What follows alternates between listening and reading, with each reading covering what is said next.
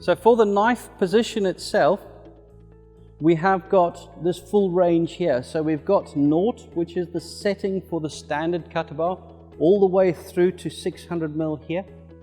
And if we go from here backwards, we can actually go 100mm behind the standard setting. So if you need to use this, we can push the table all the way out for the larger, taller crops. Or if we have a shorter crop, we can actually go backwards and actually make it a lot shorter. So the position of your knife fore and aft will depend entirely on the height of your crop and the volume of crop that you've got coming in. So you can actually push the table out or bring it back in just to improve that crop flow onto the auger at the back. If you have a Montana TUCANO, you might find that the height of your Montana will also tilt the knife slightly forward or tilt the knife slightly back. Just be aware of that if you are using lifters on the front here, that you might find that the lifters are actually starting to push the crop down if you are going too low.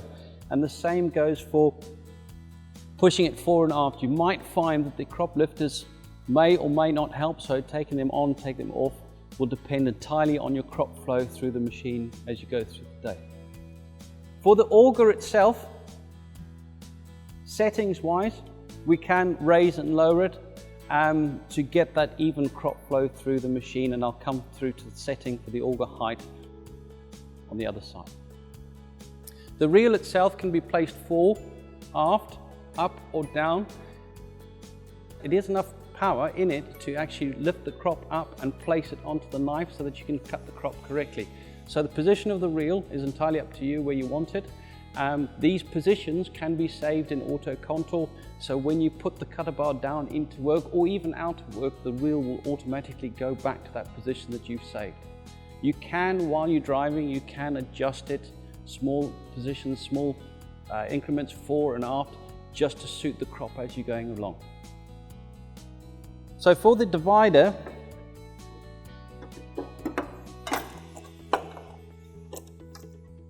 we have got a number of things that we can do. We can adjust the divider up or down, and we can also make the divider wider here. So to make it up or down, how we do it now is we need just the panel spanner that we normally have. We loosen off these 2 bolts here, and then just with this center bolt here, we can actually jack the side knife up or down. The best position for this is put the Cutterbar on the ground, on level ground, and then the correct height for this is this should not touch the bottom. If you can get your foot underneath here, that is a very, very good basic setting for this divider. To remove the divider itself, so do keep an eye on for any damage or anything like that, but to remove the divider itself, lower the cradle,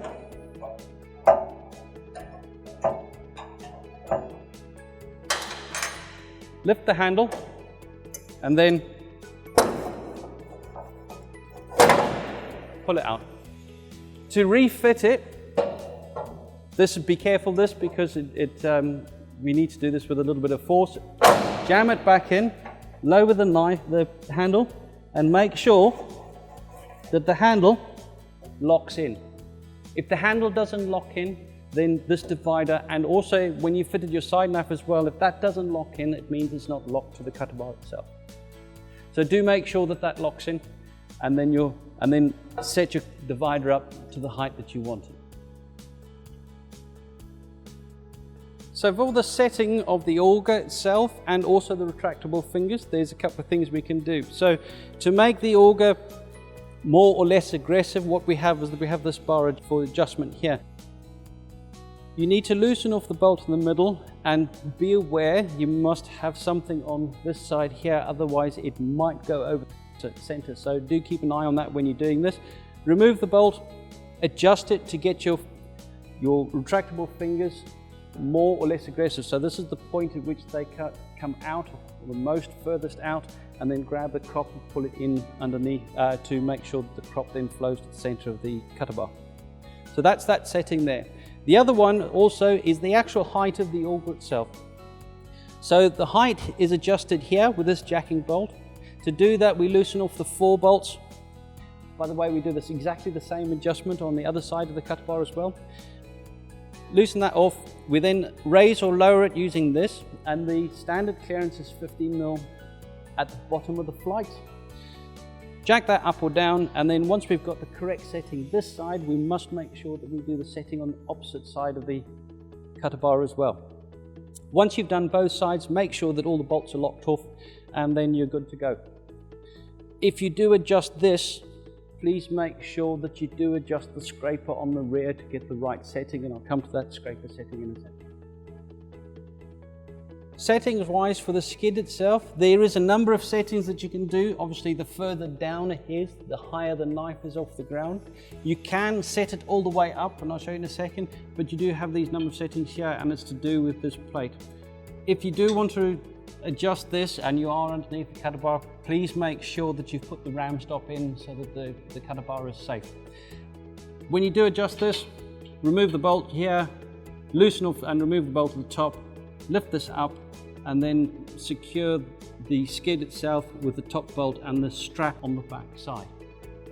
So this is the skid itself in its highest position, and with it as high up as that, it means that you have now got a lot tighter clearance between the knife itself and the ground, so you can actually almost shave the ground itself.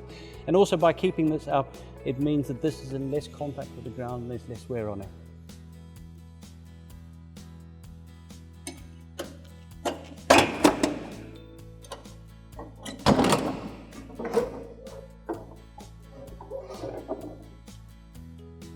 So settings on this side, for the auger itself, the setting you can do is obviously raise and lower the auger itself. On this side, just like on the right hand side, you've got the 4 clamp bolts and the 1 jacking bolt at the bottom. So if you do raise or lower the auger for the different crops, then do make sure that you adjust the scraper. We'll come to that in a second. So adjust the height and make sure you clamp it back up. The other one as well is you can adjust the speed of the auger itself. These don't come with the cutter bar, so you have to order these separately, and what you can do is there is separate sprockets both here and in the back that will then change the speed of the auger itself, not the knife, just the auger. If you do change that, you will have to retension the chain as well. So it can be done to change the speeds. To set the reel tines themselves, on here on the left hand side we have this handle here. Just lift it up and either bring it down or back up. There are some holes in the back to make the tines more or less aggressive on the front, so that it grabs the crop sooner or later, okay, to help with that, bringing the crop onto the knife itself. So after we've adjusted the auger height and that, we need to then adjust the stripper plate across the back of the auger. Panel spanner again, just loosen off the bolts here. Once you've loosened off the bolts here, then we slide the stripper plate towards the auger itself. Once you've adjusted this, do rotate the auger a couple of times with the cutter bar up in the air to make sure that it's not touching on the auger flights.